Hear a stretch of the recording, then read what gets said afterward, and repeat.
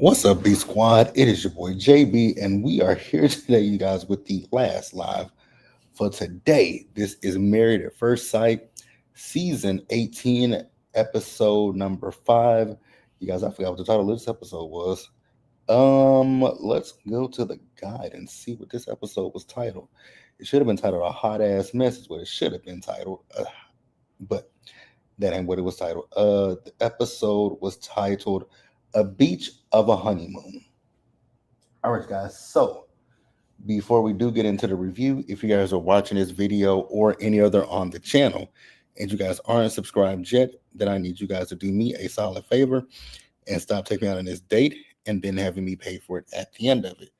You guys know the routine. You can do me that favor by liking the video, subscribing to the channel, turning on your post notifications, and also by sharing the video, you guys. And with that out of the way, without further ado, let us go ahead and get into this episode of Married at First Sight, shall we? All right, you guys. So if you guys watched Married at First Sight, please feel free to jump down in the comments section or in the live chat and just tell me what you guys thought about this episode overall. It was an okay episode. I will say that there are two couples that I can do without. And I think I will say I do believe that we found our couple that is gonna swap. I think I found our couple in this episode. But you guys let me know again your opinions in the comment section, live chat, and everywhere else. So we'll just start the episode and we'll talk about the fact that David and Madison. So David and Madison, they met up with each other and they went to the gym to go work out. And in the conversation that David and Madison were having with each other, I was like, oh, okay. I was like, I think we found, I was like, Houston, we found our flip flopping couple. It is more than likely David and Madison because I don't see it being Michelle and Allen. And I kind of figured when I initially was, looking at the cast, I was like, and then watching the first episode, I was like, I bet you the couple that will probably switch will be Madison and David. Had a feeling about that. So they went to the gym working out, and David is talking about his situation currently with what's her name again? Michelle. What I will say is Michelle in this episode, I wasn't featuring her. I wasn't feeling her. It was a no for me with Michelle. Michelle is annoying to say the least. And that's the nicest thing that I can say about Michelle. She's extremely annoying. And when you look at Michelle, it is coming off very, very judgmental. Like it is extremely judgmental when it comes to David. I get that you have these standards that you are, wanting to live up to, and that's fine. But at the same time, it feels like you are beating this man up and tearing him down. Now, to speak on David real quick, though, my question for David is you decided to sign up for Married at First Sight. So you should have had everything planned out that you were going to do, right? If you're going to continue to live with your parents, I would automatically assume that you would think, okay, I'm living with my parents. My parents don't have a problem with it, but I'm asking to marry a woman, a complete stranger. I'm asking to marry someone. I can't then expect for her. Sometimes you couldn't, right? But you have to deal in a realistic world. And you have to think that maybe my wife is not going to want to live in my parents in my with my parents. So you need to do some soul searching, do some thinking, and make the best decision for you. But then when it comes to Michelle, he's told you he would move out. So I don't know why you're still harping on this and making this a issue when I don't think that it's actually a true issue. But she's really getting on my nerves. Now, David, you kind of lost me a little bit. You still lost me too in this episode, right? So he was engaged to his ex. They were in a relationship for off and on for 12 years, right? And he also has the woman's name tattooed on his chest. Sir, once again, your decision making skills are coming into question here. Like I said earlier, it's fine that you still live at home with your mom and your dad. I don't have a problem with that. That's okay. That's fine. But you have to think realistically that someone else might not be okay with that. Number two, why do you still have your ex's name tattooed on your chest? If you're serious about this process, you should have already done the work to get this tattoo removed from your chest, but you haven't. So I still have more side eyes for David. And I'm like, and then you're gonna sit here and have to tell Michelle this. She ain't gonna go for it. And then let's since we're just talking about the show, we do see as the group split up at one point. So the guys were together and the ladies were working out, right? So David was asking the guys for advice, and the guys ultimately was telling him to kind of stick with it. And you know, Ikichi was saying he went into this with no expectations, right? So maybe he shouldn't have any expectations. I was like, okay, that doesn't really sound that helpful, but I mean, if that's what you want to go with, then that's what we're going with, I guess. I guess that's what we're going with is no expectations. You can still have low expectations or limited expectations and still be with Michelle, who is mean and rude, in my personal opinion. You guys can tell me what you think. So then you have Michelle talking to the ladies. So Michelle is telling the ladies how when David talks to her and asking her questions, they're very vague questions. And I like the fact that Emem said, "Well, girl, he don't really know you, so you got to give him some wiggle room." And that's the problem. Michelle doesn't want to wiggle anything when it comes to David, and it's really annoying, really truly annoying, right? So then back over with Ikichi. Ikichi is calling Emem the homie.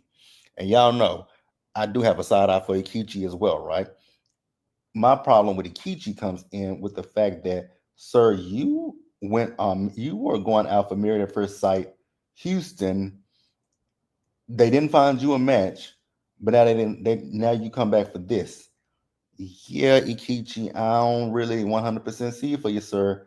I think you are here for the notoriety, the publicity, the little bit of fame that you might get, the social media following you may get, whatever little brand deals you may get. I think that's ultimately what Ikichi is here for. But you guys can tell me what you're thinking in the comment section and in the live. So then we see as the group, they're going out together, they're on this little bus together, and Karla, here's the thing about me. I'm somebody who I got a I got a pretty big mouth. I say the thing. Sometimes I say the first thing that comes to my mind. Sometimes I don't. Carla's on this bus talking about sex and all that kind of stuff. I was like, girl, have you ever heard of something I like to call TMI? Then you sit here telling the men about their penises being magic sticks. I was like, girl, say what now? Okay, Karla, you're interesting. You're very interesting. Very, very interesting. But that's it. With that, so now let's go ahead and get into the couples, you guys. Now for the couples, hmm, I don't. Oh, actually, let's go back real quick.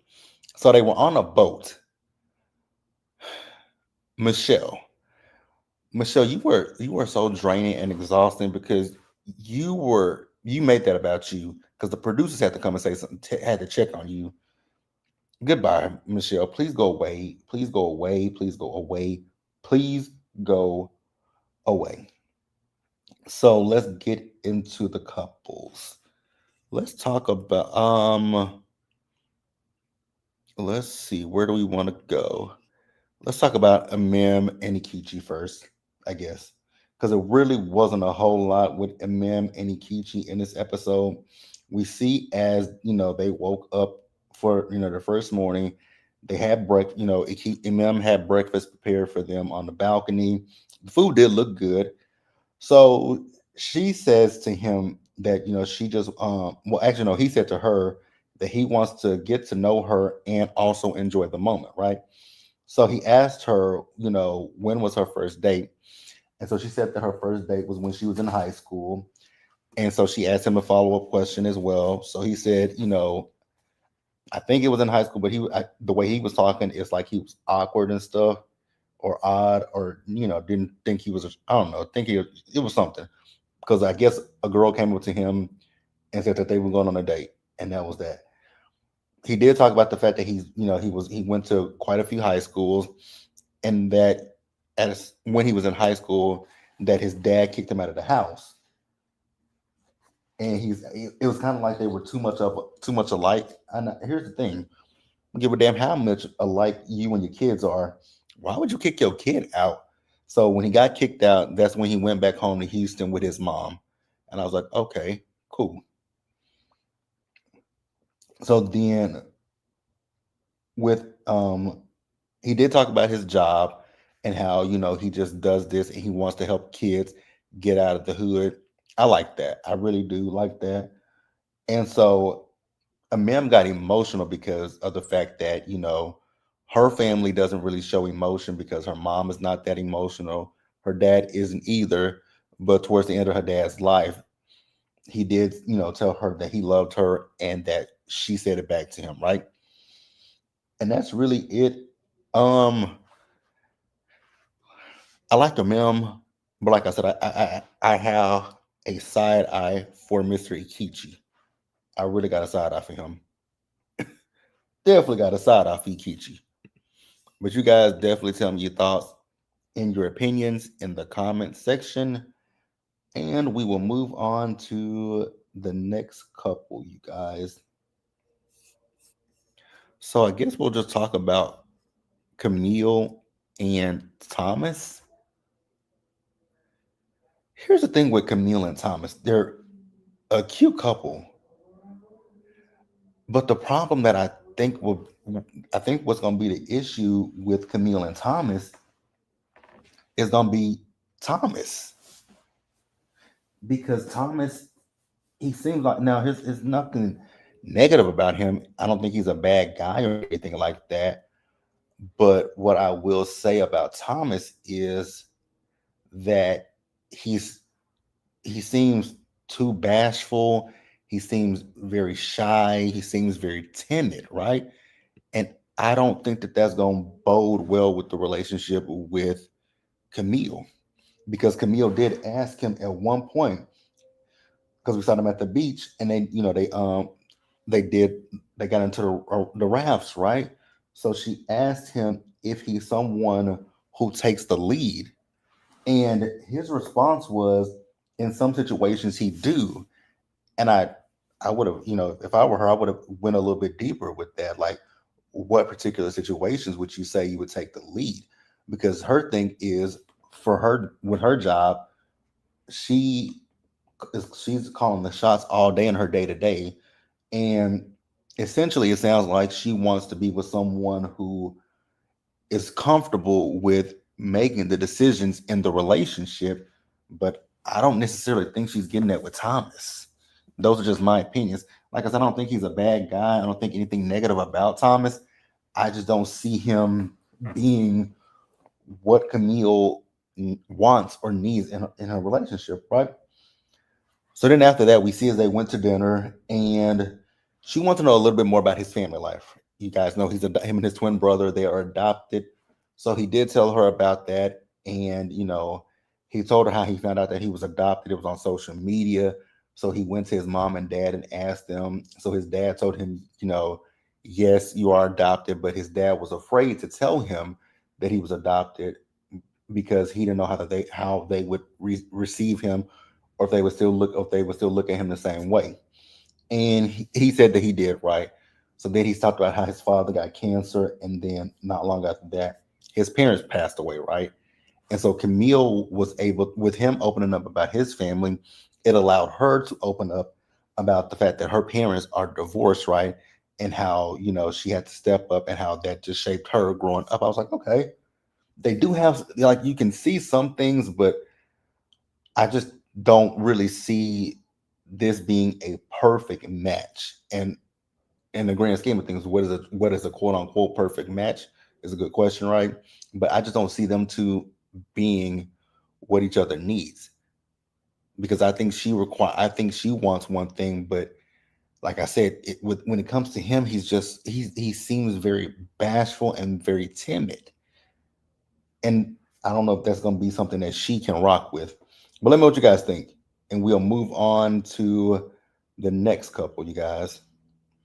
So now we're just going from worse. Now we're just going down the hill from bad to worse, and I don't know which one is worse. But let's start up with Madison and Allen.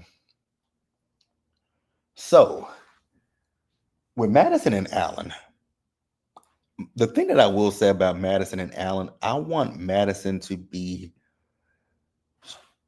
The thing is, Madison gave David advice, but you need to give yourself some advice, because if we're being for real and honest with each other, you are not at all attracted to Alan.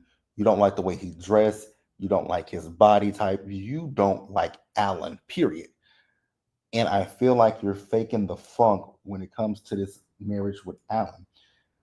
And that's why I think that Madison and David are the flip flopping couple.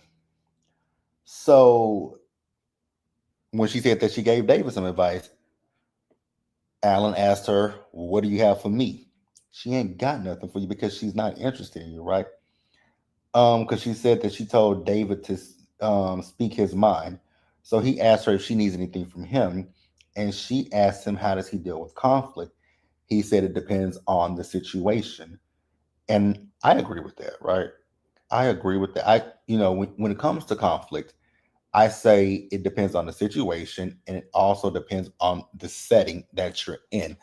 Because if you're in public, you don't want to cause a whole scene and have everybody watching you, right? So it depends on the situation, the the situation, the severity of the conflict, and your setting. So the three, what was that? Three S's: situation, severity of the conflict, and your surroundings. Where you're at.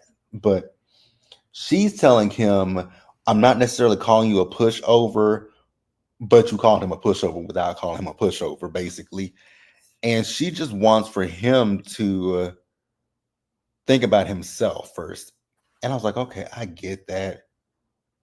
I understand where you're coming from, but you just asked him, how does he handle conflict? Like, you do realize that there are people who are non-confrontational. Like, I am non-confrontational.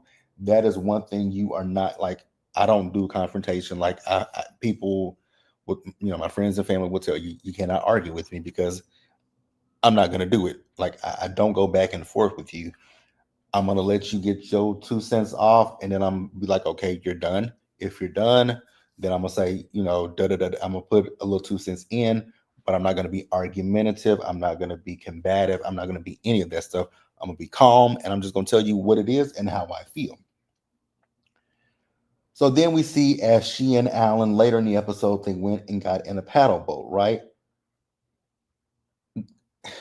Again, my problem with Madison is that Madison is not being honest with Alan. I want Madison to straight up tell Alan, I'm not. But you know what? They just got married, so it's not like she can actually just. Well, yes, you could. You can ask for a divorce, because it really seems and feels like you're forcing this whole situation with the man. It doesn't give. It just. It, y'all tell me what? Am I crazy? But she don't like him. She likes a pretty boy that works out. That clearly ain't Alan. It's not him. But okay, it is what it is. It is what it is. And we gonna see how these two progress. And then you guys, let's get to our last couple. And that is going to be none other than Michelle and David. No, I skipped a couple. Sorry, y'all. Let's talk about Karla and Juan. It ain't really much with Karla and Juan in this episode, But it really ain't nothing with them in this episode. So what do we have with Karla and Juan? Like literally. Yeah, I'm sorry, I forgot about Karla and Juan. They were that boring to me. We saw them having breakfast with each other, right? They're discussing living together and finances. So he told her, like, if she has somewhere to go, he's okay with her going by herself because of his expenses. And him having his startup company, him being in tech, him having his employees, him having to do all this stuff, right? And so she did ask him, like, what do you like? How do you sustain your data? Yeah, like, how do you sustain your lifestyle, right? So he does have a job in sales, and that's really what it is, right? And I was like, okay, cool. So I was wondering, I said it last week, is he a penny pincher? Well, I got the answer to my question. He is a penny pincher, right? So we then see later in the episode as they went out on a boat, they actually fell in the water because the boat capsized because they were trying to save the camera from getting wet. I was like, I'm pretty sure that that's a GoPro camera. So those things, if they put the proper casing on it, it'll be fine to get wet.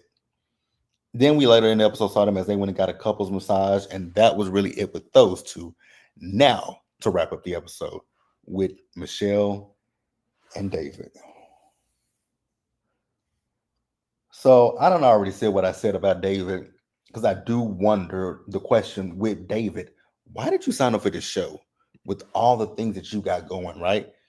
Again, I'm not knocking you for living at home with your mom and daddy. I don't have a problem with that. But obviously, Michelle has a problem with it, right?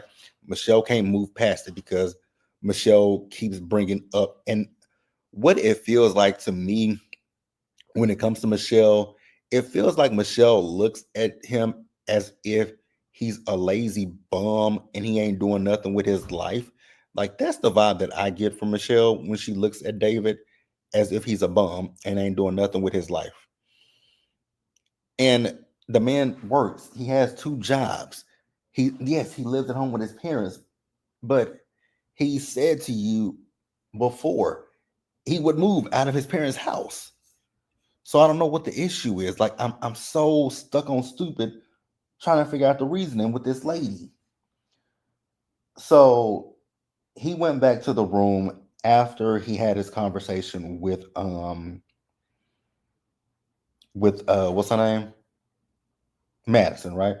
But she was on the phone with her sister, and she's talking about how she's feeling like they're starting backwards with all the hurdles they have, and with him living at home and their lifestyles. It's like, ma'am, again, I could see it if he was unemployed and living at home with his mama. That's one thing. But the man said he has two jobs. He's living at home because he's trying to save. Well, here's the thing, David. You should have saved up enough money before you decided to go through this process of married at first sight. Now, there was one part of this episode where I actually agree with Michelle when David came to her telling her that he has his ex's name tattooed on his chest, right? And he said that he got the tattoo on his chest to symbolize, and profess his love for her, right? I was like, okay, cool. But y'all not together. So why haven't you gotten it removed? So this man decides to say to her that he wanted to make it a date for them to go to a wherever to get this tattoo removed. Now I was in agreement with Michelle. Sir, absolutely not. I am not going with you to get another woman's name removed off of your body. No, sir. You can go do that by yourself. You honestly should have done that before you decided to get married. But okay, whatever. Mm-mm.